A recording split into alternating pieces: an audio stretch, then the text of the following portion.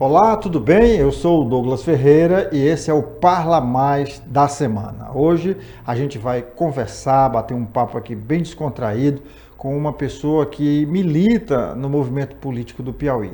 Ele não só é líder do Piauí Livre, como também preside o movimento Chapada do Corisco. Vamos saber dele o que faz esse movimento, o que faz esse Piauí Livre, quais são as bandeiras que esses movimentos levantam, quais as conquistas que tivemos até agora. Enfim, eu quero apresentar para vocês o Pedro Paz, Pedros Paz, né? Tudo bom, Pedro? Tudo bem, Douglas? Gostaria de agradecer a presença aqui no programa, né? E falar um pouco, né? O Piauí Livre nós começamos em 2016, né?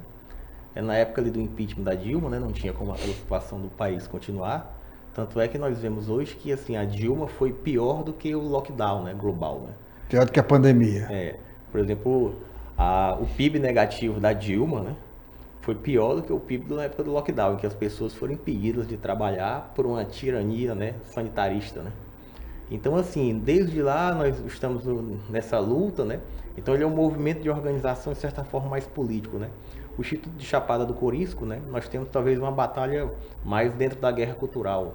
Nós começamos em 2016, primeiramente como um grupo de estudos, e aquilo foi evoluindo para palestra, porque nós entendemos que existia um modelo errado na ideia de como nós fazíamos o grupo de estudos. A ideia era todo mundo ler a mesma coisa e debater. E um amigo me falou assim, cara, isso é muito Paulo Freireano. Qual o problema? Exatamente o que vocês combatem, né? Porque ele disse assim, olha, quem sabe mais, explica. E daí que foi surgindo a ideia de fazer palestras, entendeu? Nós organizamos em 2016 o primeiro congresso conservador, foi inclusive na UFP, né? No auditório Noé Mendes. E deixaram? Não tem como não deixar. Engraçado que parece... Houve reação? Houve muita. Invadiram o congresso no dia. Para impedir. Para impedir.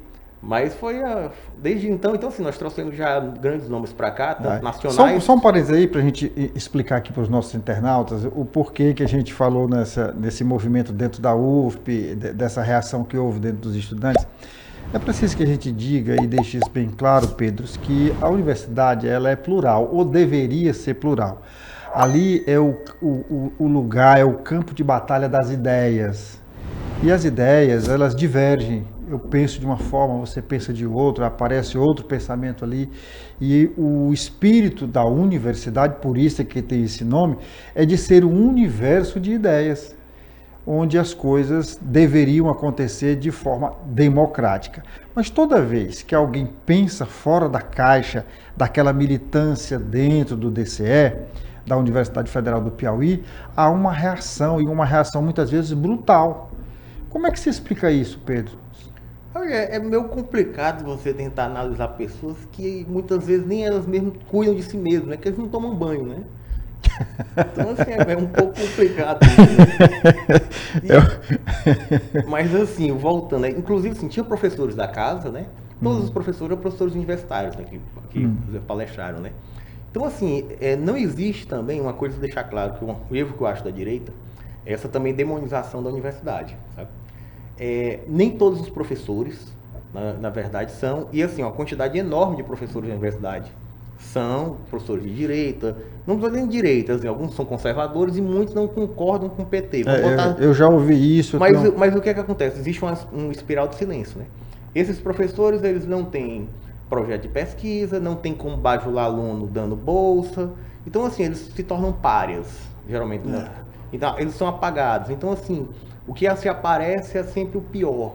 Professores que têm alta produtividade, trabalhos internacionais, muitas vezes pelo posicionamento político ou não se posicionar, terminam ficando de lado, né? É o que eu escuto de amigos meus. Mas, assim, voltando sobre o que é o Instituto Chapada do Corisco. Nós organizamos palestras aqui com o Bernardo Kister, com a Ana Carolina Campanolo, entendeu? Eu gosto muito da Ana Carolina. Pois é, com o Rafael Nogueira, vários nomes, né? E, assim, um dos projetos que nos atrapalhou foi também na época do lockdown. Nós tínhamos um planejamento, nós estávamos numa expansão muito grande em 2022, ou 2020, desculpe, e teve o lockdown, então nós tivemos de parar as palestras, nós retornamos só em 2022, 2023. Inclusive, assim, o Instituto está agora de novo, a todo vapor, né? Dia 30 agora de abril, né? Nós teremos palestras do professor Alexandre Marx, que inclusive ele tem um livro sobre Carl Schmitt e religião. É o tema que ele domina sobre a ciência política, né? Ele é professor de ciência política da UFP, né? Vai ser onde? Vai ser às 19h30 no auditório da Cesvale, viu? Compareça, eu espero vocês. E aberto? Aberto, gratuito. O tema principal é? Desculpa, eu não falei do tema. Vai ser sobre a família, a igreja e a civilização. Pô, vamos aprofundar um pouco esse tema. Eu fico às vezes me questionando, eu já tive, e já vi muitos vídeos, inclusive o próprio presidente da República, o presidente Lula, dizendo que as pautas da família, de Deus, de religião, de crença, são pautas ultrapassadas, palavras do presidente. E a palavra do presidente, seja ele quem for, tem peso, sobretudo numa nação como a nossa. E aí eu te pergunto, por que essa verdadeira aversão que se tem hoje a pautas tão importantes e a temas tão relevantes como a família, como Deus, como religião? Isso já está tanto em Marx quanto em Engels, né? É um erro as pessoas acharem que o inverso do comunismo é o capitalismo, né?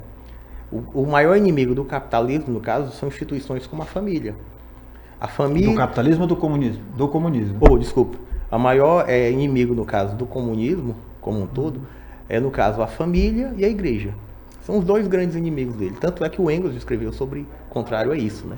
Então, assim, como a ideia de você ter um mundo revolucionário em que sempre você pensa que o futuro que está por vir justifica qualquer crime hediondo e genocídio feito agora no presente, é o que move a mentalidade revolucionária dessas pessoas. O oposto do que a religião prega, né? Exatamente. Quem é que freia essa loucura insana que nós temos nessa marcha que não vamos dizer que é pro progresso, né? Entendendo? É uma marcha para o fim. Eu não consigo entender como é que se deturpa tanto a língua portuguesa e você fala que pautas esquerdistas são progressistas, né? Que progresso é esse, Pedro? Olha, é meio complicado. Por exemplo, o Chesterton, ele tem uma frase que eu gosto muito. Ele diz assim, quando você está diante do abismo, né? O único modo que você tem de progredir, de ir para frente, é dar um passo para trás. É nisso que nós estamos vendo na sociedade hoje. Por exemplo, existe uma ressurreição de jovens no mundo todo que estão abandonando a esquerda. Parece que quanto mais se avança a loucura no mundo, mais nós criamos uma reação contrária a ele. O Brasil ainda não tem tanto esse efeito. E países onde se existiu, de certa forma, uma base mais conservadora, a próxima geração, eu vejo a sociedade como um ciclo, né? Assim, eu não acredito nessa escatologia de muitas pessoas que nós estamos sempre à beira do fim, que o mundo vai acabar, que não existe mais como lutar. Eu acho isso também uma besteira. Assim como se existe essa síndrome de Poliana de que nós já vencemos. Eu acho que tem que se existir um meu termo isso. Eu acho que existe um ciclo. Duas gerações às vezes fazem merda, né? E a outra corrige. Aí você ajeita a sociedade, vem uma outra geração progressista. Vamos botar aqui a Europa, né? A sociedade que lutou na Segunda Guerra Mundial, quem são os filhos deles? São as pessoas que estavam no maio de 68 na França, quebrando tudo, movimentos de libertação sexual na Alemanha, que vai toda essa loucura do que nós vemos hoje na Europa, é fruto disso, né? Aliás... E o que é que isso acontece hoje na Europa? Se existe um ressurgimento do nacionalismo, do anti-islã, do combate a... Mas isso depois que o Islã chegou, se estabeleceu e começou a incomodar. Pois é, mas assim, duas gerações, né, liberando tudo, então hoje nós temos uma reação, sempre assim, né? E quando o Islã for banido da Europa, ele vai atravessar o Atlântico? Ou já está por aqui? Na verdade, já se existe projetos com relação a isso, muito extensos no Brasil. Inclusive, recentemente, o Bernardo Kister tem feito muitos vídeos alertando as pessoas sobre o que é o Islã. Mas, assim, queria lhe colocar um ponto com relação ao Islã, que também existe um certo cinismo nosso na nossa crítica ao Islã. O Islã está ocupando um espaço que os europeus deixaram em branco, né? Não existe vácuo de poder, né? Existe, no caso, um romancista francês, né, que ele fala muito bem sobre isso no livro Submission, né? Submission? E o que é que acontece? Nós vamos deixar de ter filhos, as pessoas vão deixando buraco na sociedade e abandonando a fé. E assim, não existe também, é como você para de acreditar, quando você para de acreditar em Deus, você começa a acreditar em tudo. Em qualquer coisa. Qualquer coisa. Em qualquer loucura. Inclusive na época do lockdown, né, o professor Olavo de Carvalho falava, né, que quando você deixa de acreditar em Deus, você pode acreditar até no Átila Yamarino, né? Em quem nu? O Átila Yamarino, o sem orelha lá, né? Entendi agora. Bom, vamos falar um pouco da nossa política nacional. Nós estamos vivendo um momento, sei lá, eu nunca imaginei que nós chegássemos a esse ponto. Eu sempre tive muito respeito pelas instituições, tive a oportunidade de fazer o curso de Direito, aprendi muita coisa interessante e, sobretudo, em respeitar as instituições da justiça. Mas o que a gente está vendo hoje no Brasil é algo assustador. Veja só, com relação às duas últimas CPIs que aconteceram no Congresso Nacional, uma na Câmara Baixa, outra na Câmara... Aliás, uma nas duas câmaras e uma na Câmara Alta, que é a do crime organizado, que foi no Senado, o relatório foi ontem rejeitado. E a outra foi sobre o rombo no INSS, que também teve o relatório final rejeitado. O que tem a ver essas duas CPIs? Tem em comum, primeiro, que elas estavam investigando crimes envolvendo os três poderes da República. Depois, os relatórios pediam indiciamento de figuras próximas ao presidente, salvo engano até o próprio filho, e nessa última de ontem, 3 ministros da Suprema Corte, a citar o ministro Gilmar Mendes, o ministro Dias Toffoli e o ministro Alexandre de Moraes.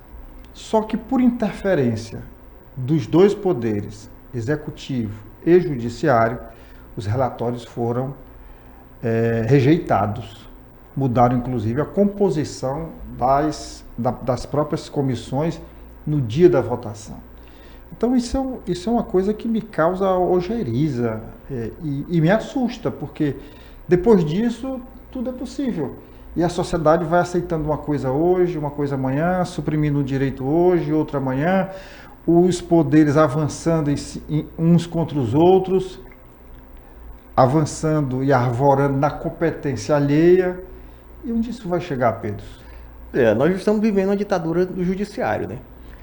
Tem uma frase com relação a isso, que inclusive foi repetido, acho, se não me engano, até pelo próprio Lewandowski, né? O século XIX ele foi o século legislativo. O século XX foi o século do executivo, né? Ditaduras, a expansão do poder em um único líder. E o século XXI, eles se gabam de dizer que vai ser o século do judiciário. E é o que nós estamos vendo, é o avanço do poder. A ilusão que a gente aprende é porque, assim, às vezes as pessoas acreditam, né, que se algo está escrito num papel, automaticamente aquilo muda a realidade, né? É uma visão, um pensamento mágico, né? O que é que se acontece? Nunca vai existir harmonia entre os poderes. O que eu fico mais feliz é quando eu vejo os três poderes brigando. Eles, o povo tá protegido, né? Quando se existe, de certa forma, que as pessoas acham harmonia entre os poderes, sabe o que se acontece? É porque um poder já dominou os outros dois. E no caso é o que se aconteceu aqui no Brasil. As pessoas têm saudade quando o Brasil não existia polarização. O que é que é a polarização? A polarização nada mais é do que a democracia. Porque antes só existia um lado comandando toda a hegemonia do debate público, de todos os poderes. O Congresso foi calado simplesmente pelo mensalão.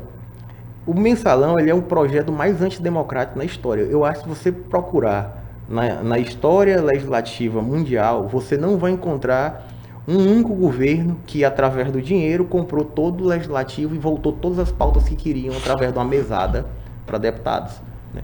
Só que assim, isso foi se desenrolando e ao mesmo tempo a pessoa chamou de um empoderamento do judiciário. E o que é que nós vemos hoje? Não existe freios e contrapontos. Contrapesos, né? Contrapesos, né? Para o judiciário brasileiro. Então, assim, é um avanço.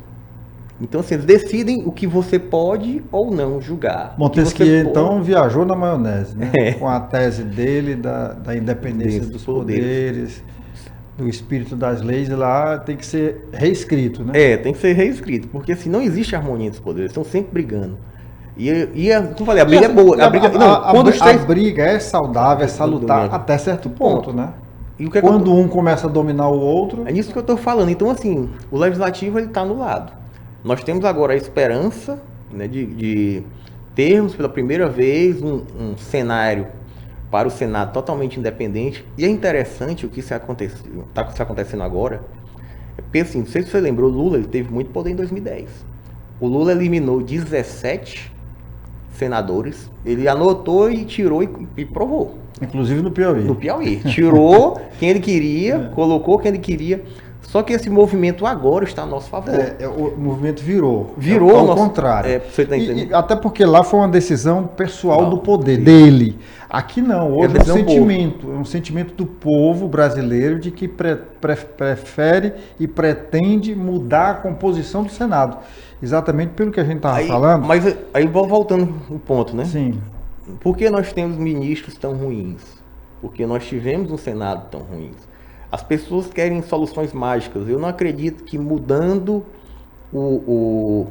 a quantidade... as pessoas pedem concurso para ministro. Todas essas pessoas querem soluções mágicas, né? Querem leis para salvar o povo dele mesmo. Eu estava vendo ontem que nos Estados Unidos o juiz ele não é concursado, ele é eleito. Então ele tem um mandato, ele tem um prazo de vencimento, ele tem que buscar a reeleição dele. Procurador também. Procurador. Isso talvez fosse uma alternativa. Essa do concurso público, nós vamos incorrer na mesma coisa. A mesma coisa. Não vai mudar muita coisa não, porque você vê que os procuradores, que o pessoal do judiciário abaixo dos ministros são todos concursados. E a gente vê tanta barbaridade. Né? Você falou um ponto interessante sobre isso, né? Sobre essa eleição dos Estados Unidos.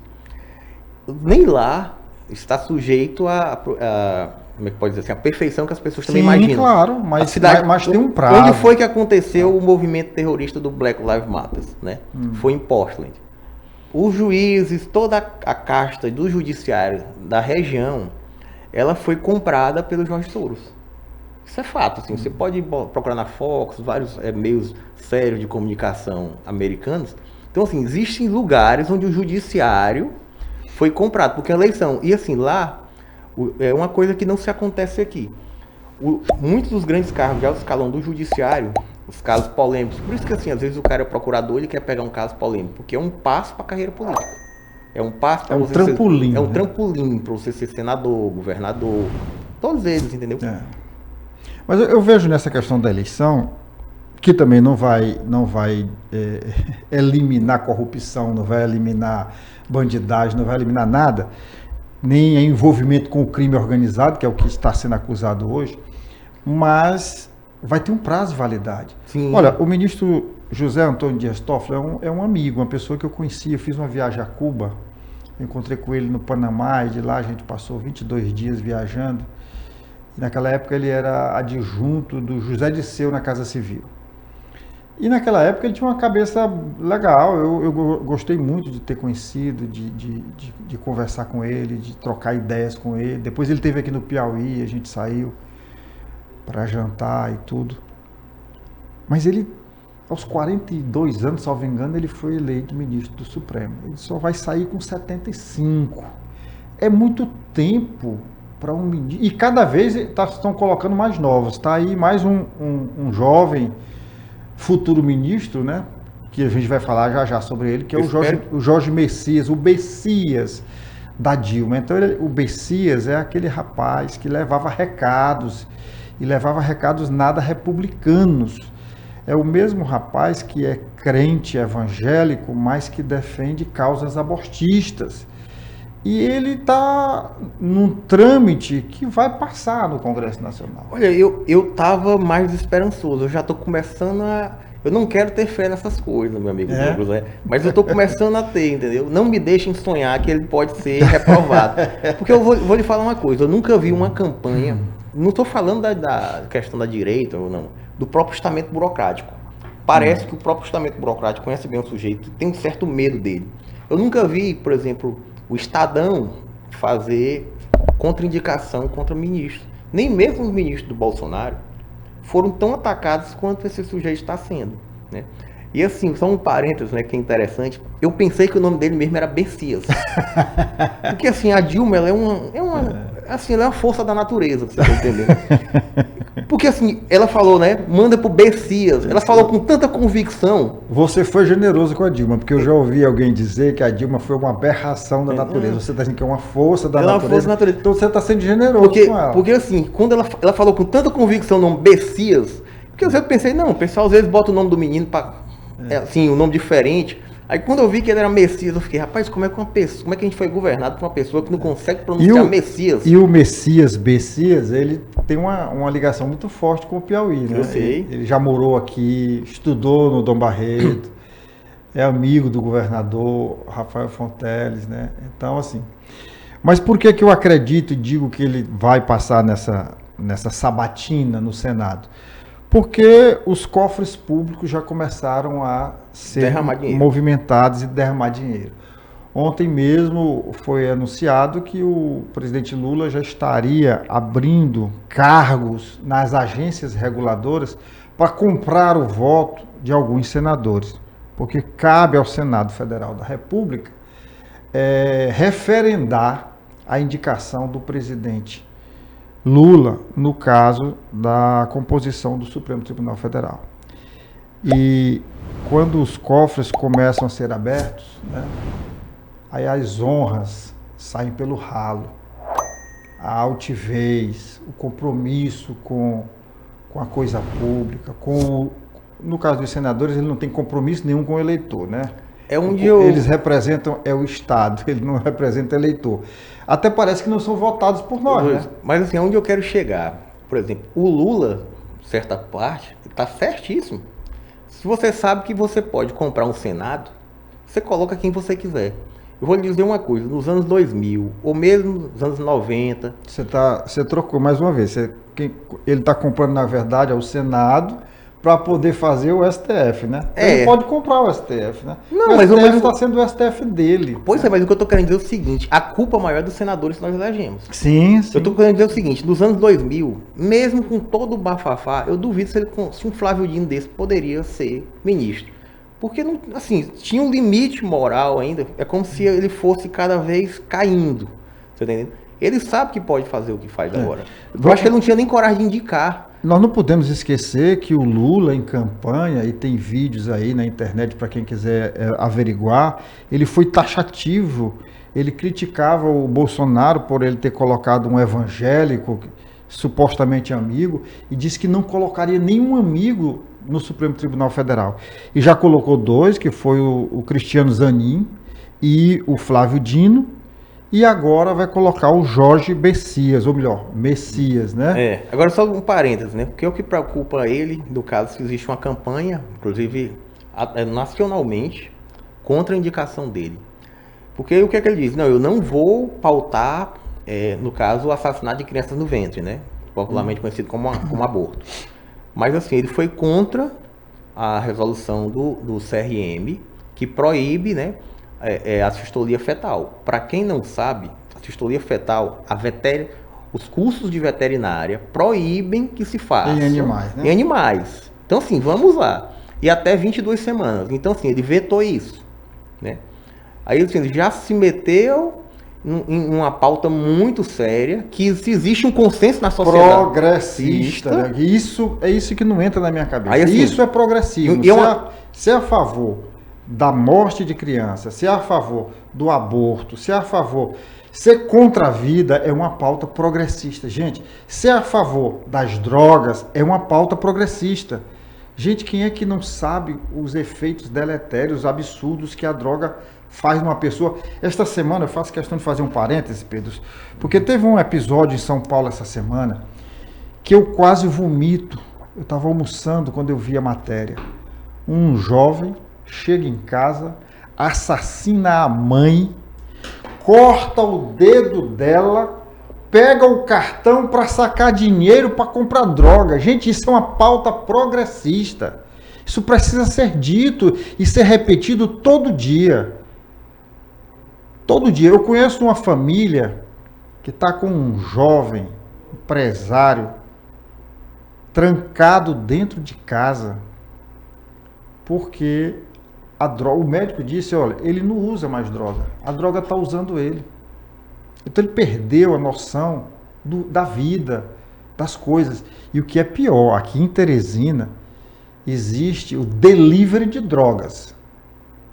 Se eu quiser, hoje eu ligo e em menos de 15 minutos chega o entregador na minha porta de motocicleta, de carro a pé, de bicicleta, de paraquedas, seja como for, para entregar drogas.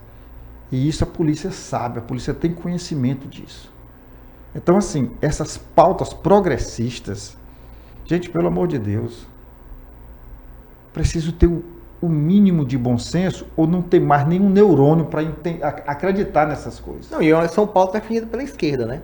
É interessante que as críticas que se tem hoje com relação aos Estados Unidos, as pessoas acham, assim, sobre que lá existem as cracolândias abertas, né? Sim. E são exatamente onde? Em estados dominados pelos democratas, pela esquerda americana, em que se teve a liberação total de drogas e também a liberação do furto, né? Pouca gente sabe, mas nos Estados Unidos existem lugares onde você, se você for pego roubando até $900, isso mesmo, que é muito, muito dinheiro, né? É muito você não é preso, né? O famélico lá tem um teto de $900. Aí vamos voltar aqui pro Bessias, né?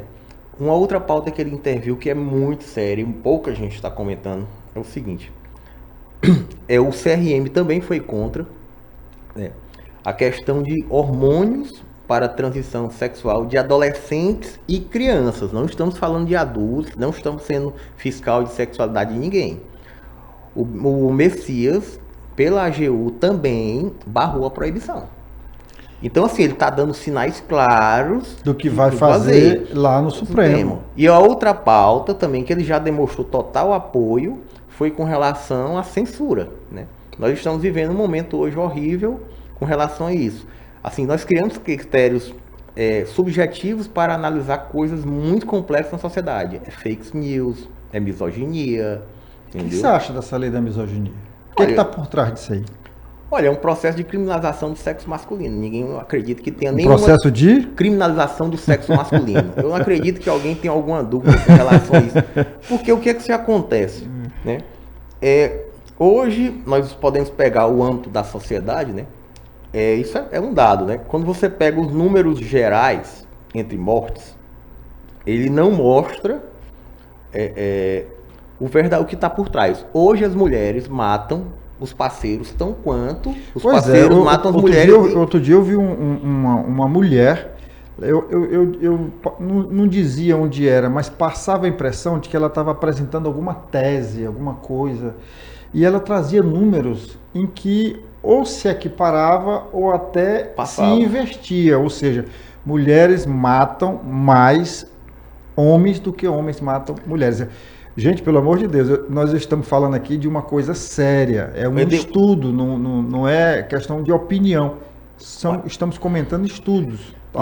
Mas aí qual é a grande questão disso, né? Nós temos um país que ele é favorável à impunidade, então assim, nós já tivemos 60 mil homicídios por ano, e a verdade seja dita, isso começou a cair no governo Bolsonaro. Caiu para 40, de 61 para 40. Por mais que hoje o governo Lula tenha se mantido isso, vamos ser sinceros, que começou no governo Bolsonaro. Agora, onde eu quero chegar? O Brasil é o país que mais mata, no caso, mulheres, crianças, taxistas, jornalistas, né? Pessoal do movimento GLS e por aí vai. Por quê? Porque nós somos o país que mais mata no mundo. Entendeu? Não podemos. Matamos mais do que uma guerra, né? Então, assim, nós não podemos ter um projeto. Matamos em tempos de paz o que países em guerra matam, matamos mais, né? Eu não sei se a gente está em tempo de paz, não, meu amigo Douglas. Porque, assim, se existe uma guerra civil velada, entendendo? Eles contra nós. Mas, assim, voltando onde eu quero chegar. Sem contar na questão das facções que estão aí, né? Onde eu quero chegar com relação a isso. É porque, assim, se existe um projeto de dominação em que se gasta muito dinheiro com segurança pública para grupos específicos e não combate a criminalidade como um todo. Você acredita que o sujeito lá que bate na mulher todo final de semana, você acha que ele olha para a rede social, assiste um vídeo no YouTube e pensa assim, não, eu vou tomar chegar em casa e bater na minha mulher? Isso é, por exemplo, a maioria desses casos, você pode ir atrás. O presidente da República disse que se for corintiana, pode, né? Mas assim, o que é que eu estou querendo dizer? É porque assim, eles tentam passar a ideia da sinalização de virtudes. Que nós nos importamos com as mulheres, que nós nos importamos, só que na verdade nós importamos com a sociedade como um todo. Quando você começa a criar grupos especiais, por exemplo, por que é que a lei lá do feminicídio, por que é que aquela lei não é geral? Entendeu? Eu quero que seja, no caso, que acaba o que nós chamamos aqui dessa impunidade como um todo. Entendeu? Ninguém quer ver mulheres mortas. Agora, voltando ao que eu estou querendo dizer, a maioria desses casos em que mulheres morrem por parceiros, né, são já pessoas que têm passagem pela polícia. Sujeitos que não deveriam estar na sociedade. Você olha, o cara é o Zé Droguinha, um faccionado, aí ele já matou, já fez assalto à mão armada, aí ele não vai matar a bonita, tá entendendo? E engraçado é que essas pautas defendidas pela esquerda, essa questão, por exemplo, da mulher, é uma pauta que é de todos, mas a bandeira vem sendo tribulada mais pela esquerda, porque defende a mulher, porque a mulher não pode ser isso, não pode ser aquilo, porque os homens... Então, na verdade, ela é uma falsa defesa. Porque toda vez que é apresentado um projeto que pede o aumento da pena para estupradores, a esquerda vota contra. Exatamente. A castração química, a esquerda votou contra. Então, assim, como é que eu estou defendendo a mulher? Como é que eu estou defendendo a mulher contra o homem mau, o homem criminoso, o estuprador, o assassino de mulheres? E eu não quero agravar a pena para eles. Você falou um ponto interessante, a questão da lei de castração química. Quem foi que fez? Foi o Jair Messias Bolsonaro. Pois é. Aí, o problema no Brasil... Será que é por isso que a esquerda é contra? Exatamente. Olha, existe uma falsa... como é que diz assim? Uma falsa afirmação de que a castração química não impede estupros. Isso é mentira. Não existe nenhum dado sobre isso. Porque assim, a esquerda, ela cria, no caso, falsas narrativas, ela começa a acreditar tanto naquilo que aquilo se torna um dado da realidade para eles. Todos os países sérios do mundo, assim, inclusive tem vários filmes que demonstram castração química, filmes europeus, no caso, que você vê, assim, a luta do cara, assim, o cidadão começa a se tornar um inútil, ele não sente prazer de jeito nenhum. Por exemplo, você nunca vai ver um cidadão que teve castração química, como eles querem colocar, o sujeito coloca lá, sei lá, um tubo de cano PVC e vai sair para estuprar. Não existe isso. Você perde, porque o prazer... Perde a libido. Perde a libido. O prazer sobre isso. É mais ou menos como nós pensarmos ali que teve com Alex no Laranja Mecânica, né? Quando ele faz o tratamento do... Acho que o tratamento do Vico, agora eu não lembro se é o mesmo esse nome. É mais ou menos como se acontecesse aquilo, né? Você passa a ter reações que você não tem capacidade. E detalhe, a esquerda europeia, ela apoia a castração química porque ela acha um método muito humanizado. Mas a esquerda defende tanto a mulher, Pedro, que ela colocou um homem biológico na Comissão de Direitos da Mulher na Câmara Federal, rapaz. Que defesa é essa? Porque assim, a esquerda ela não defende mulheres, ela defende as suas pautas, ela defende esquerdistas e feministas. Por exemplo, as pessoas... Mas homem biológico é causa da bandeira da... porque assim, é um projeto, vamos botar aqui, marcusiano, né, da escola de Frankfurt. É a destruição da sociedade como um todo. Nada do que se existe hoje aqui é bom. Quando você parte do princípio que tudo na sociedade é mal e que apenas nós somos bons, entendendo? Nós temos o direito de destruir toda a sociedade em nome do bem futuro. Assim, é como se fosse uma gnose do que é o paraíso, entendeu? O paraíso para eles é o futuro revolucionário que sempre está por vir. Então, assim, se hoje o Douglas, ele é um fascista, entendendo? Ele é machista, ele é misógino, eu posso matar o Douglas. Porque o meu crime não reverbera sobre o nosso presente no ideal revolucionário, porque o futuro pelo qual eu luto, a vida do Douglas não vale nada. É esse o pensamento mesmo. Toda a escola revolucionária, vamos desde a Revolução Francesa, todas essas, vamos dizer assim, processos de destruição que nós estamos vivendo, parte disso. Qual é o grande problema que eu vejo nisso? É porque nós somos cada vez piores. Hoje nós podemos pegar essas marchas revolucionárias de movimentos identitários, eu acho que o Stalin ficaria com medo. Gente, o Stalin, Joseph Stalin, que foi um líder revolucionário da União Soviética, ele foi o mais sanguinário da história da humanidade. A gente tem uma versão ao Hitler, não tem? Eu tenho. Você deve ter. Com certeza. Hitler foi uma figura do Partido dos Trabalhadores, né? Partido dos Trabalhadores da Alemanha. Então é uma figura deplorável. E ele é acusado de ter matado 6 milhões de pessoas, entre judeus, ciganos, pessoas com deficiência. Isso tudo foi somado aí nessa contabilidade dos 6 milhões. E contra o Stalin pesa um número que é 4 vezes maior, né? Mais de 20 milhões. Tem gente que bota esse cálculo para mais, para menos. Né? Inclusive, assim. Mas pelo menos 20 milhões é uma média razoável dentro do que se mostra. E assim, para quem tiver alguma dúvida, né, eu aconselho ver o Livro Negro do Comunismo, né? É um livro grosso, mas assim, inclusive ele é criticado, mas o livro é muito bem documentado. Inclusive tem uns capítulos nesse livro, mas assim, fica claro, eu não li todo, né? Eu sempre uso ele para consulta. A parte que também ninguém comenta é sobre os massacres dos movimentos revolucionários comunistas na África. Os dados de Angola, como foi todo aquele processo que a gente chama de independência. Porque é interessante que os países, que, por exemplo, as ex-colônias portuguesas, a independência, o que é que ele trouxe para eles? Hoje eles estão piores do que quando eram colônia, né?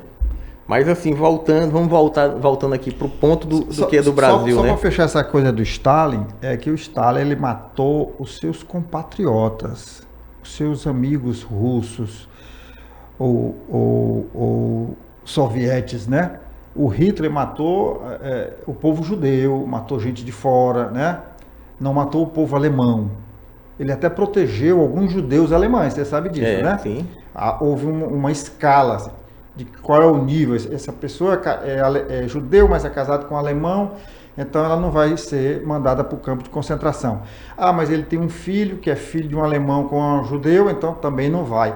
Mas aí o primo já ia, o tio já ia, o avô já ia. É interessante essa questão do antissemitismo, né? Esses dias passou um bar em São Paulo que tinha lá proibida a entrada de americanos e israelenses. Né? Você lembra da cena da Vida é Bela? Que ele tá andando com um meninozinho na Itália e tem lá assim, proibido a entrada de judeus e cachorros. Eu só lembrei... que parou, né? É que parou. Na hora que eu vi aquilo, eu lembrei. Né? E veja só, que o Stalin, além dele ter matado assim, esse povo dele, o povo da Rússia, na época então União Soviética, né? Ele matou o povo, mandava fuzilar qualquer pessoa que desagradasse, que discordasse, inclusive de grandes líderes foram assassinados por ele, mas também o povo comum. Ele promoveu um episódio infinitamente maior e mais nojento na Ucrânia com o Holodomor, né? Holodomor, que matou muito mais do que o nazismo. E a esquerda apaga isso. A esquerda não fala. Faz revisionismo histórico. A esquerda não faz. A esquerda promove figuras como Stalin, como esse maluco aqui da Coreia do Norte, né? Não vamos nem falar da China, de Cuba, não. De Cuba eu conheço. Tem um fato interessante, por exemplo.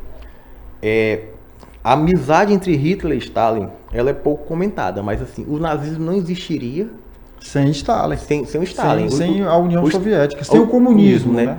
Assim, existia porque assim, a herança do que é o fascismo e o nazismo, eles de fato são antimarxistas.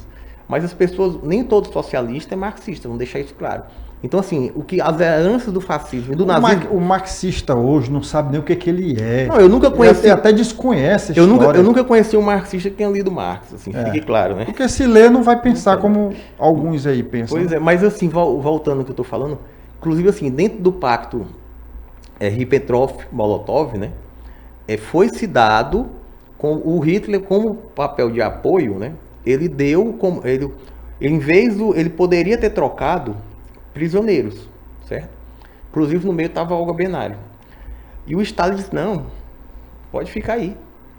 O Stalin poderia ter trocado e não trocou, porque a gente sabe disso. E o pior de tudo é que... O próprio biógrafo da Olga Benário brasileiro, ele admite isso.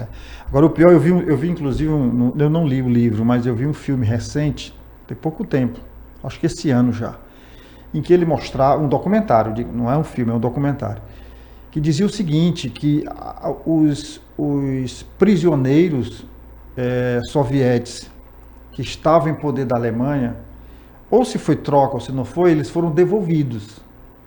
E eles não foram recebidos como heróis. Eles foram executados. Porque para Stalin, olha a mentalidade, se eles sobreviveram, é porque traíram a mãe Rússia. O Stalin era muito paranoico. Sabe, ele fez um favor para a paranoia dele, ele fez um favor para o Hitler na Segunda Guerra Mundial. Porque a gente sabe que é o seguinte, o grande expurgo da década de 30, o Stalin matou todos os marechais que lutaram na Primeira Guerra Mundial, certo?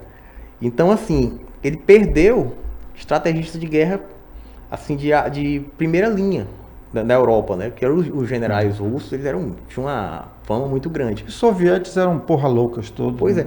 Aí você imagina, assim, por quê? Porque por que isso aconteceu? Ele tinha medo daqueles heróis de guerra substituírem ele, entendeu? E detalhe aqui, o Stalin ele não se revoltou contra Hitler pela matança do Hitler, pelo nazismo, pelo Holocausto. Ele se revoltou, não, o Hitler foi que não cumpriu o acordo que tinha feito com ele e invadiu a União Soviética. Então foi só uma reação. Um dado interessante, ele gostava de colocar, ele nunca colocava pessoas no poder acima dele, ele sempre colocava. O Molotov era conhecido como um dos caras mais burros da Rússia, né? Que era chefe. O Stalin se orgulhava. É daí que vem a história do coquetel Molotov, né? O coquetel Molotov é uma homenagem a ele. Ele se orgulhava de dizer que se ele botasse um mapa da Europa pro Molotov, pedisse para ele apontar onde era a Rússia, ele não sabia. Era o ministro de Relações Exteriores da Rússia. Mas isso não é lenda para diminuir ele. Você pode procurar que você vai ver que ele se orgulhava disso. Aliás, aqueles que por acaso tinham um intelecto superior foram mandados para a Sibéria ou foram mortos, né? Aliás, ele matava de graça, né? Ele mandava matar de graça. Né? E ele era sádico, muito sádico. Ele tinha um sadismo com os inimigos, assim, a tortura era psicológica, de fazer isso por anos, né? E ele também, por exemplo, ele fez a mesma coisa. Muita gente disse que é o seguinte, o Trotsky, o Stalin, né? O Stalin, no caso, ele deixou o Lenin isolado o resto da vida dele todinha. Ele foi adoecendo, ele passou o resto dos últimos dias da vida dele, o Stalin cuidando dele, você imagina. Então, mas o Stalin também sofreu muito, viu? Quando ele estava doente, todos os inimigos dele... Mas o fim desse povo é sempre assim, né? Tem uns que, como o Hitler, que bota logo, se mata e evita o sofrimento. Mas a grande maioria morre assim. Acho que assim, os ditadores da América Latina, aí do Foro de São Paulo, eu acho que eles parecem que têm um privilégio. Muitos morrem ainda de velhice, mas com exceção do Maduro, né? Mas está sofrendo. Agora está. Diz que o Maduro tem crises absurdas, não dorme, passa a madrugada gritando que é um presidente, que ama a Venezuela, que foi sequestrado. Enfim, está aí sofrendo. Falar nisso, tem muita gente que acha que o destino de algumas figuras carimbadas da nossa república também não vai ser muito bom. Não estou falando de assassinato, não. Estou falando de sofrimento mesmo, talvez cadeia no futuro. Como é que você vê isso? Olha, eu acho uma besteira as pessoas que desejam a morte do Lula. Na verdade, não. Eu quero que o Lula viva 100 anos, entendeu? Se ele pedir, eu faço até para fazer uma vaquinha pro Pix, se ele tá de novo pagar o auxílio libanês quando ele sair da presidência, que ele vai sair agora, né? Dia 31 de dezembro. Porque, assim, eu acho que a pior coisa que pode te acontecer para algumas pessoas... é perder o poder. Perder o poder. Você ser ignorado e entrar... Você, em vida, ver o que você fez e entrar para a história como um pária. Porque, assim, E, assim, o que é que isso acontece? Eu tenho uma certa tese que, assim, ninguém liga para a língua portuguesa, infelizmente. Eu passo o dia, eu olho jornais do mundo todo. Você olha um jornal em inglês... Você vê lá meio mundo indiano. Você olha um jornal francês, você vê várias colônias africanas, todo mundo comentando. O mundo conversa entre si. A língua portuguesa não. Então, assim, as pessoas não sabiam o que acontecia no Brasil. A narrativa internacional era o que os grandes jornais brasileiros falavam para fora. Hoje, no Twitter, por exemplo, vamos usar um exemplo aqui meu, assim, até insano. A Janja grita "fuck on Elon Musk" lá no Rio Grande do Sul, ele faz uma piada 3 horas depois no Twitter. Então, assim, a velocidade de comunicação... É instantâneo, viu? É instantânea. Hoje, o Departamento de Defesa americano sabe tudo que o Lula fala sobre os Estados Unidos. Porque sempre teve aquela estratégia, né, do duplo pensar, levado à estratégia de guerra cultural. O Lula fazia uma coisa, afagava, babava ali os Estados Unidos, e na frente da organização, do que tivesse, estava a mesma esquerda organizada pelo PT contra o imperialismo americano. Era com Bush, era com Obama. Isso não cola mais hoje. Entendeu? Todo mundo sabe. Então, assim, você vê que quando ele está querendo aproximar do Trump, ele maneira o tom. Porque ele sabe que aquilo vai chegar lá. Entendeu? Quando ele não é respondido, ele tem que responder para a militância dele aqui. Aí ele começa a falar grosso, né? Então, pode concluir. Então, assim, o que eu estou falando com relação a isso é que as pessoas não sabiam o que acontecia no Brasil, as pessoas não sabiam quem era o Lula, e os dados, por exemplo, a ideia de que o Lula tirou 30 milhões de pessoas da pobreza, isso é a maior fake news da história da República. Então, tem uma maior, é de que o Lula pagou a dívida externa. Essa eu não consigo engolir, mas vejo gente, professor universitário engolindo essa. O Lula nunca pagou a dívida externa. O que aconteceu? Ele trocou de dívida. Ele trocou de dívida, porque ele devia ao Fundo Monetário Internacional, que tinha, salvo engano, eu vejo se eu recordo aqui do valor, tinha um juro de 4% ao ano da nossa dívida, e ele pegou essa dívida e transferiu essa dívida, ou melhor, os bancos particulares compraram essa dívida, e o Brasil passou a pagar para os bancos particulares. Só que não mais... O UOL chegou a pagar 17%. Só que não mais 4%. Chegou a 17%. No primeiro momento foi 14%, mas chegou a 17%. Então, assim, nós fomos enganados a vida toda. Nós continuamos sendo enganados em muitas coisas. Ontem eu estava assistindo uma entrevista do... Deixa eu só um parênteses. Não. Quem mais tirou as pessoas, assim, da extrema pobreza foi o governo dos militares. Apesar dos milhões de críticas que eu tenho à economia dos meus militares, economicamente foi eles que tiraram. Não se existia nem 30 milhões de pessoas na extrema pobreza quando o Lula fala isso. O governo Lula tirou mais ou menos da pobreza, extrema pobreza, a mesma quantidade do Plano Real. Então, assim, é um paralelo que pouca gente comenta e as pessoas vão repetindo. Essa coisa de que tirou da pobreza é muito relativa, né? Porque, assim, ter pago para 30 milhões de pessoas uma Bolsa Família ou coisa do gênero, não significa necessariamente tirar da pobreza. Enquanto a pessoa está ali recebendo... Você viu que recentemente ele disse que se existe fome é porque algumas pessoas estão comendo demais, né? Eu acho que tem um cidadão ali que comeu metade da comida do Maranhão. Comeu. Não vamos nem falar nisso, porque gordofobia é crime para ele, viu? Bom, mas assim, vamos falar um pouco agora do Piauí. Qual é a avaliação que você faz hoje do nosso estado? Nosso estado também vem aí sendo conduzido ao longo dos últimos 24 anos pelo Partido dos Trabalhadores. Nesse período, o único governador que não era do PT, que era do PSB, já foi incorporado ao PT. Eu considero um projeto só. É um projeto só. Então, assim, o Piauí deu algum salto? Saiu de alguma posição inferior? Ou as coisas foram apenas travestidas? Olha, tem uma questão muito interessante nisso, que a sensação que as pessoas têm é muitas vezes mais importante do que a realidade. Tem sujeito que a vida toda comeu a mesma coisa e parece que o Lula tem a capacidade de implantar também memórias, assim como ele todo dia na cabeça das pessoas. Eu acho que na cabeça dele ele achava que comia picanha, sabe? O que eu estou querendo dizer com isso? É porque assim, muitas pessoas saíram da pobreza apesar do PT e não por causa do PT. O Brasil ele cresceu menos do que a média mundial há mais de 30 anos. Assim, vamos ser justos com relação a isso. Então nós pegamos os commodities, nós pegamos a explosão da China, nós pegamos um período de crescimento do mundo que o Brasil cresceu. O que é que acontece hoje? Tudo que é do mercado privado, né?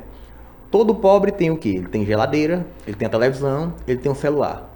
Mas tudo que o Estado é para dar para ele, saúde, educação e segurança, ele não tem. Mas o nosso inimigo é o capitalismo e não o Estado, né? Eu costumo dizer para as pessoas que assim, as pessoas dizem, não, eu pago imposto. Cara, se você acredita que você paga imposto para ter algo em troca, entendeu? Você não está fazendo um negócio, você paga imposto para não ser preso, entendeu? Porque é o monopólio da força, né? Roubando as pessoas para sustentar privilégio de políticos. É como eu vejo impostos. Da forma como é praticado a nossa carga tributária no Brasil, já foi dito, não sou eu que estou falando, que é uma extorsão, né? Beira a agiotagem, né? Eu costumo ver assim, a questão da Receita Federal praticamente como isso, entendeu? É uma prática de extorsão, entendeu? Parecido com a máfia, né? Você paga para não ser preso, né? E assim, né? Não que eu esteja incentivando as pessoas a sonegar impostos, né? Que fique bem claro. Mas tem um pessoal aí que diz que sonegação de imposto é legítima defesa e imposto é roubo, né? Aliás, eu tive uma experiência bem interessante com uma figura nacional, um dos gurus da esquerda que veio aqui fazer uma palestra num órgão, numa instituição. Palestra paga. Me lembro, na época foi R$5.000. R$5.000 hoje não paga passagem aérea. Mas na época era muito dinheiro. Estou falando de algo de uns 22, 23 anos. E aí essa pessoa, a instituição procurou a pessoa e disse, você pode expedir a nota que nós vamos fazer o seu pagamento. Ele disse, não, eu não dou nota. Eu não pago imposto. E é uma das figuras mais respeitadas, tida como intelectual do Partido dos Trabalhadores. Detalhe, o Lula já era presidente. Não era um ato revolucionário dele não, viu? Contra o governo, os governos de FHC não, sabe? Foi já dentro do governo do presidente Lula. Bom, e do jeito que as coisas estão, nós tivemos estamos no 24º ano de PT no poder, nós estamos com um governador novo no seu primeiro ano, eu digo novo porque é neófito no Palácio de Karnak, mas é novo na idade, é um jovem empresário, enfim, muita gente colocou muita esperança, inclusive gente que não concorda com o PT, que não concorda, mas ninguém quer ver o Piauí, né? Ninguém quer ver o Piauí a barca afundar. Então acreditou-se muito que o jovem empresário, o jovem petista, o jovem com ideias refrescadas, aí, muito inteligente, que ele iria dar novos rumos para o Piauí. Eu particularmente acreditei nisso, pode ter certeza disso. Eu acreditei que alguma coisa iria mudar, que o modus operandi seria outro. E a gente observa que até mudou alguma coisa, mas mudou no sentido midiático. Quem anda pelo Piauí hoje sabe que, fora algumas estradas que foram recuperadas e pequenas estradas construídas, e numa qualidade duvidosa, porque neste inverno algumas já romperam, fora isso você vê um povo quase na miséria. Douglas, você falando na situação do Piauí, da mídia, né? Inclusive assim, eu não consigo, inclusive assim, de chamar de jornalista, porque na minha cabeça aqui jornalista é quem recebe dinheiro do Estado, porque eles botaram isso, eles conseguiram. Infelizmente hoje o Olavo de Carvalho, ele costumava dizer, né, que de todos os defeitos que ele tinha, de tudo, né, o pior xingamento que poderiam ser chamado ele é dizer que ele um dia foi jornalista, né? Porque ele disse que... Porque o nível da classe... Mas assim, voltando sobre a propaganda, tem uma piada sobre a União Soviética que eu gosto muito, né? Diz que um camarada do partido estava discussando com o povo, aí nós fizemos estrada tal, aí leva o sujeito dizer, passei lá ontem, não tinha nada. E a usina tal, aí tudo ele dizia, passei ontem lá, não tinha nada. Aí, desmentindo ao vivo, né? Aí uma hora o sujeito se zangou com ele e disse, olha, você tem que parar de bater pernas e começar a assistir televisão. Essa é boa. Eu não conhecia. O Piauí, entendeu? Mas voltando à história do jornalista aqui, é bem interessante esse seu comentário, porque hoje fazer jornalismo de verdade virou até uma profissão de risco, Sim. porque você passa a ser importunado. Primeiro você é cancelado, né? Se você faz jornalismo de verdade. E o que é o jornalismo de verdade? Eu não canso de dizer isso. Jornalismo de verdade, a própria palavra já está dizendo, é falar a verdade, é reportar os fatos. E quando a gente reporta os fatos, alguém não vai gostar. Por quê? Porque o jornalismo, ele tem que ser fiel aos acontecimentos. Eu costumo dizer, e alguém já disse isso no passado, eu não estou lembrando agora quem foi, mas jornalismo é oposição. Milor Fernandes. Jornalismo é oposição. Não é a oposição partidária, não é a oposição ao PT, ao MDB, ao PSD, ao PCdoB, ao PL, a partido nenhum. Não é oposição partidária, mas oposição aos maus feitos, aos esquemas, é oposição à bandidagem, é oposição ao que ocorreu dentro da estrutura da Previdência da República Federativa do Brasil, com o rombo do INSS, com o esquema criminoso que foi o maior da história da República no sistema financeiro do Brasil, que envolveu os 3 poderes da República. Tem gente do Executivo envolvido, tem gente do Legislativo e do Judiciário, da Suprema Corte. E o jornalismo que se cala diante disso pode ser chamado de qualquer coisa, menos de jornalismo. Eu chamo de jornalismo petista. Agora, hoje, eu me sinto mal, às vezes, em me apresentar como jornalista. Porque você sabe que o jornalista hoje, os jornalistas foram cooptados no universo, salvo engano, de quase 3 mil jornalistas registrados no Sindicato dos Jornalistas do Piauí. A grande maioria, e quando eu falo em maioria, mais de 90% hoje, tem uma boquinha na estrutura do Estado.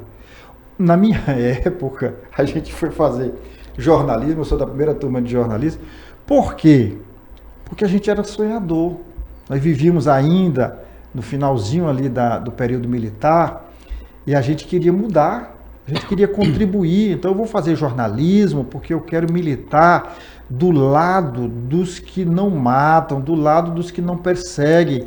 E a gente acreditou num discurso fácil e eu fui fazer jornalismo por isso. Hoje, o jovem vai fazer jornalismo já pensando numa boquinha, já pensando numa assessoria de um vereador, de um deputado, de um senador, no governo, porque no governo hoje, para todo lado que se vira, tem assessoria. Todo órgão deve, inclusive, ter uma assessoria. Mas assessorar um órgão do governo, Pedros, não é comungar com o que o governo faz de errado, não. Assessorar é exatamente procurar não deixar que esse órgão erre. Às vezes não tem poder, o assessor de imprensa não tem esse poder, o jornalista não tem esse poder. Mas aí tem que agir como o advogado age numa causa criminal, né? Você vai assegurar os direitos daquele cidadão para que não seja imputado a ele crimes além daqueles que ele cometeu.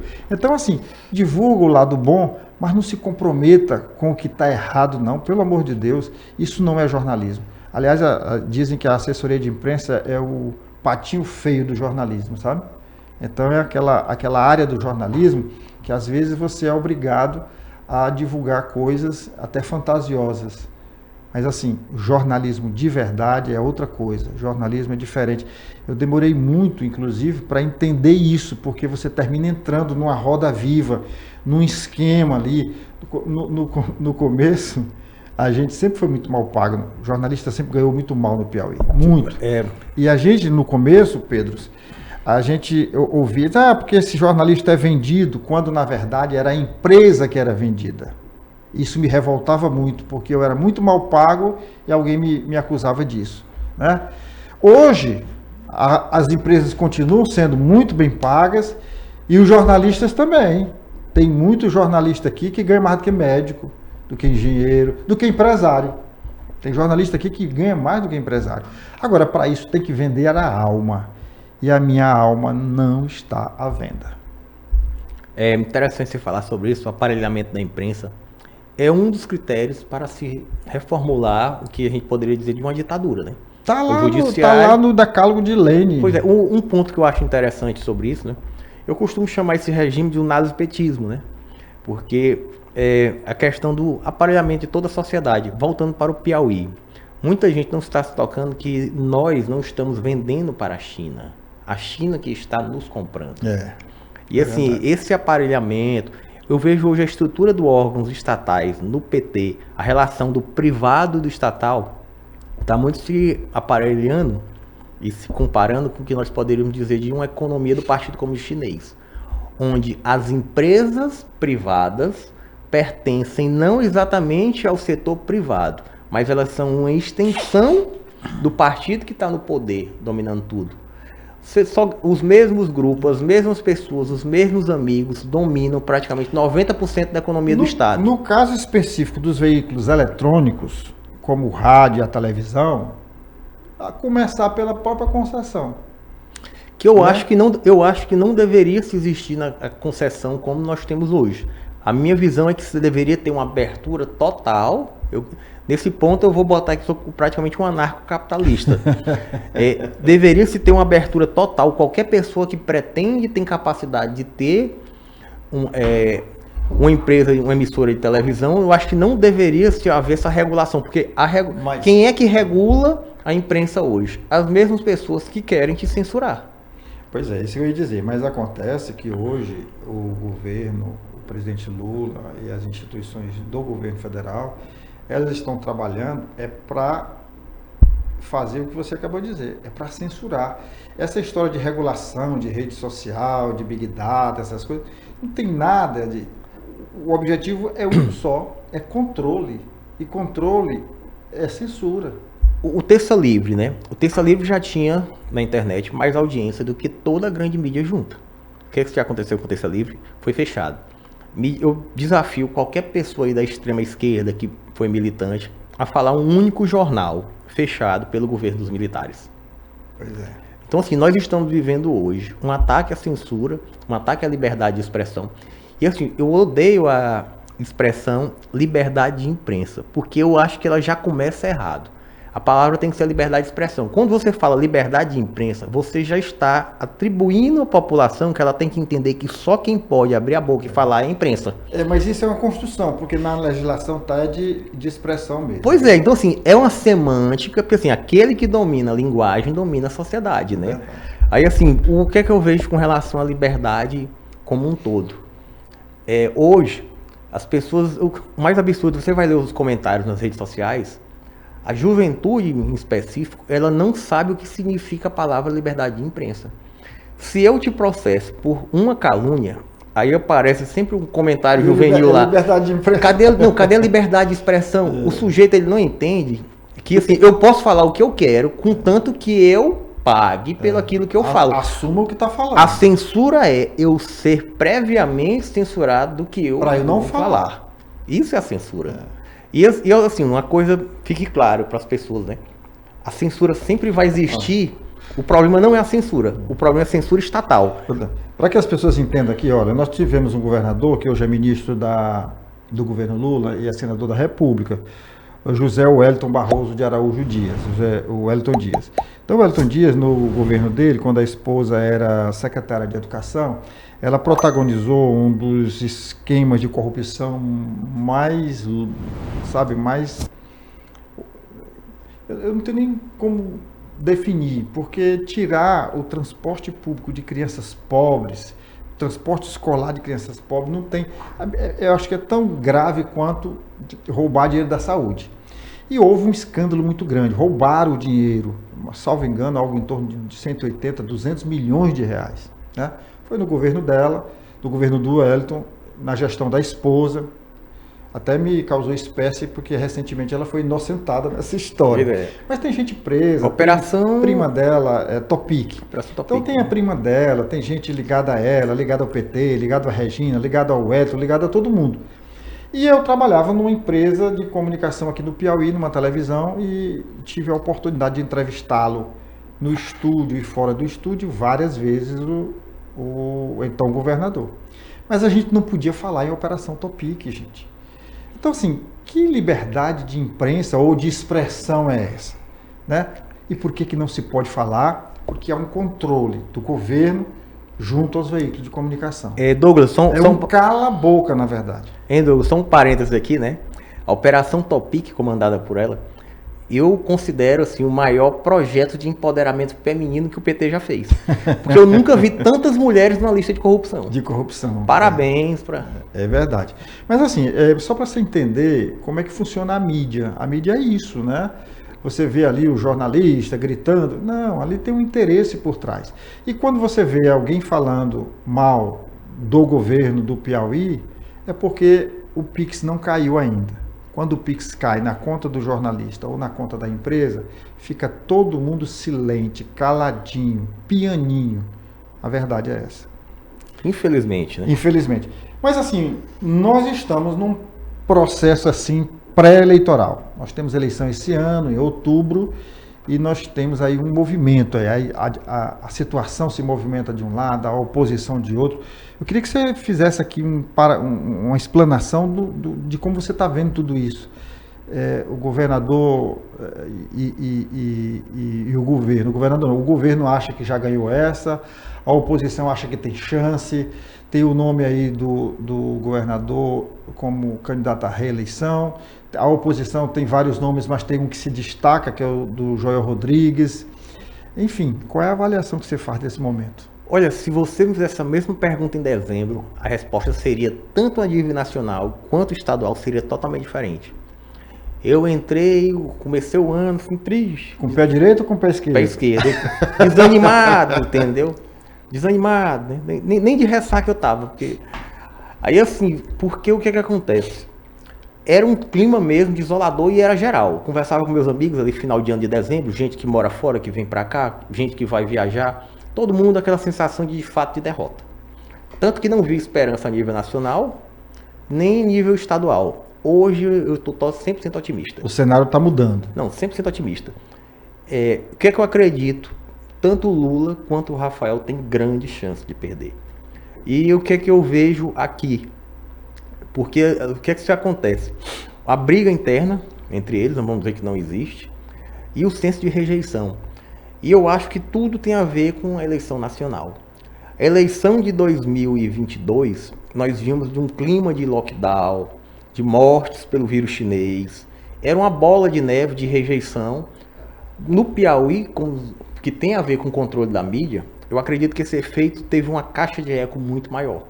Então, assim, você não poderia ser de oposição. O Lula era a esperança. E isso eu acho que ajudou também muito a eleição dele e atrapalhou o clima de renovação que se vinha com a eleição do Dr. Silvio. Entendeu? Hoje está sendo difícil empurrar o Lula, entendeu? É um camburão de 6 que tem, no interior tem muita aceitação, mas assim, eu estou em grupos no interior e volta e meia o sujeito manda um áudio de, assim, não é um cara de direita, não é um cara de esquerda, é o trabalhador comum. O militante de esquerda, ele não vai deixar o Lula. Mas assim, o nível de rejeição do homem comum, assim, o que é que muda? É o sujeito que tem uma oficina e vê ali diminuir o carro semana por semana. É o sujeito que vê o cara cortar o cabelo com menos frequência. Né? Assim, é o pequeno comerciante que vai vendo a diferença, que a economia não vai andando. Porque assim, o que é que se existe? A expectativa de poder, a expectativa de esperança são coisas que, quando não se são estabelecidas, são muito piores, você está entendendo, do que a pura aceitação. Por exemplo, o sujeito que esperava mudança, quando ela não vem, ele se frustra muito mais. E é o que eu estou vendo com relação ao Lula. Porque assim, se existia um mito de pessoas que nem viveram o governo Lula, mas tinham esperança assim, o Lula resolve, o Lula resolve. É porque eu ouvia do passado, né? Eu ouvia alguém falando. Ó, eu conheço, eu lembro que eu digo isso porque assim, no lugar que eu corto cabelo, eu nunca me esqueço, na eleição passada, ele foi totalmente contra o PT, e a favor do impeachment da Dilma. Aí eu achei, não, ele vai votar no Bolsonaro. Aí eu falei com ele, eu nunca me esqueço da fala dele, ele falou assim, se fosse isso aí, o Lula resolve.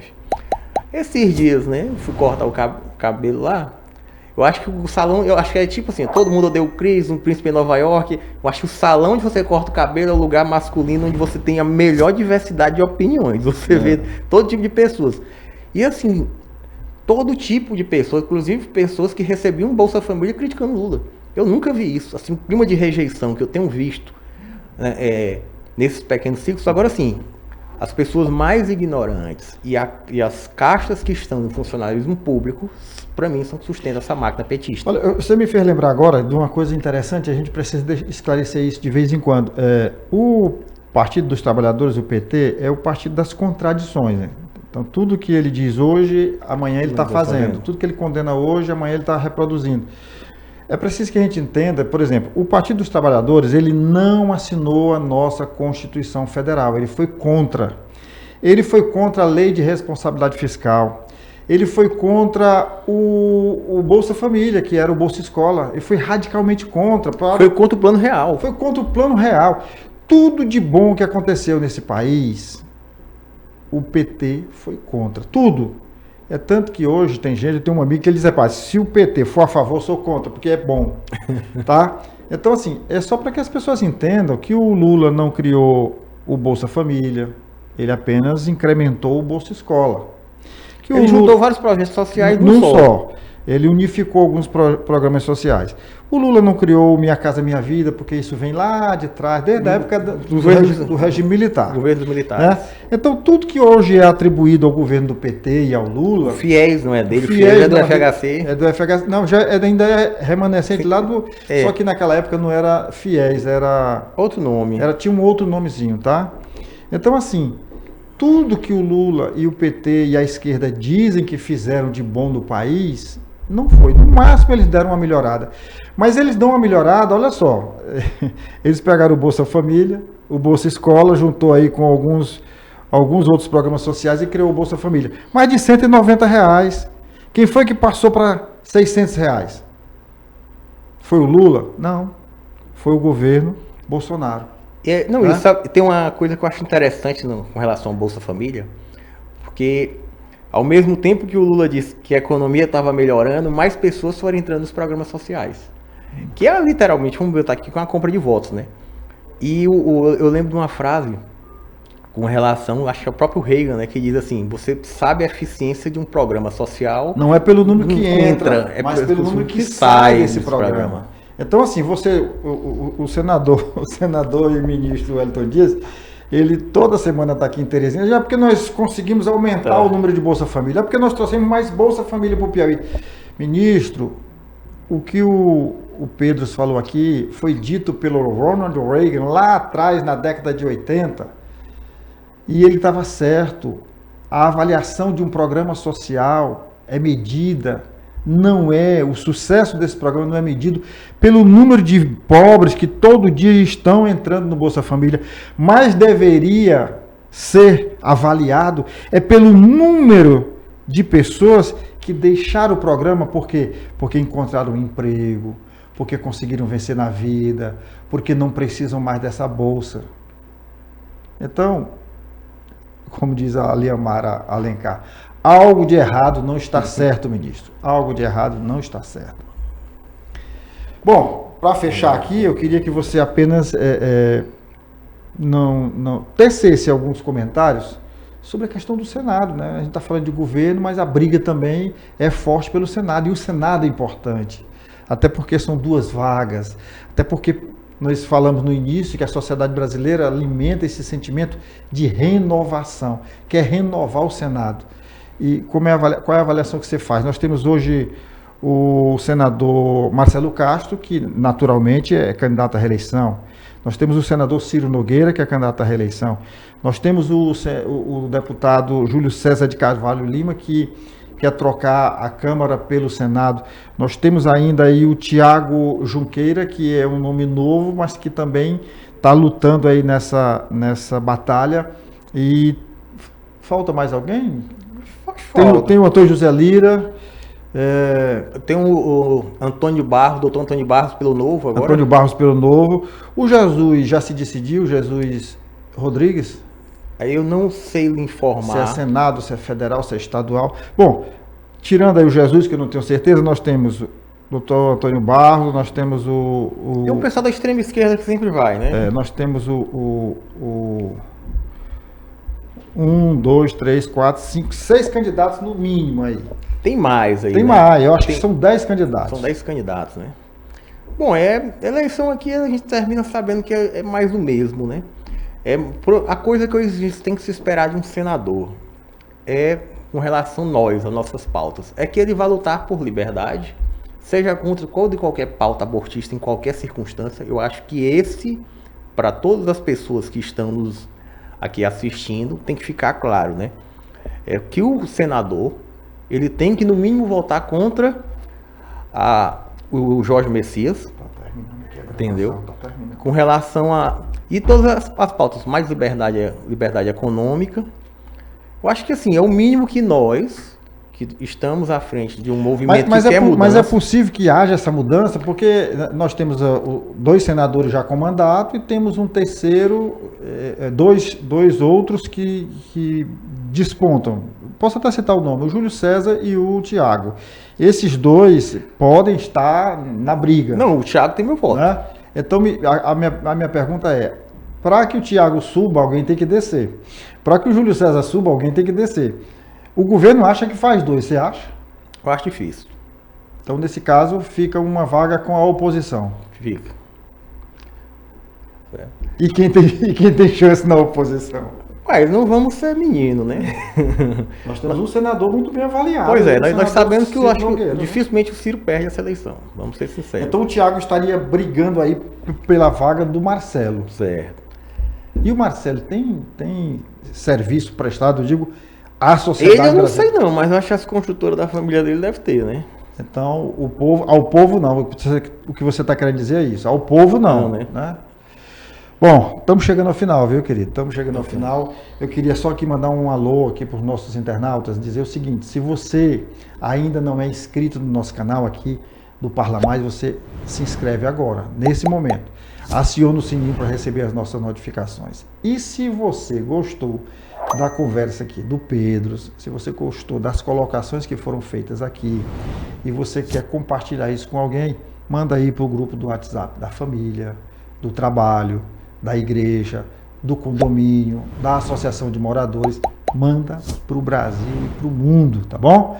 Eu conto com a tua audiência toda semana. Obrigado, viu, Pedro? Um abraço a todos. Semana que vem a gente tem mais.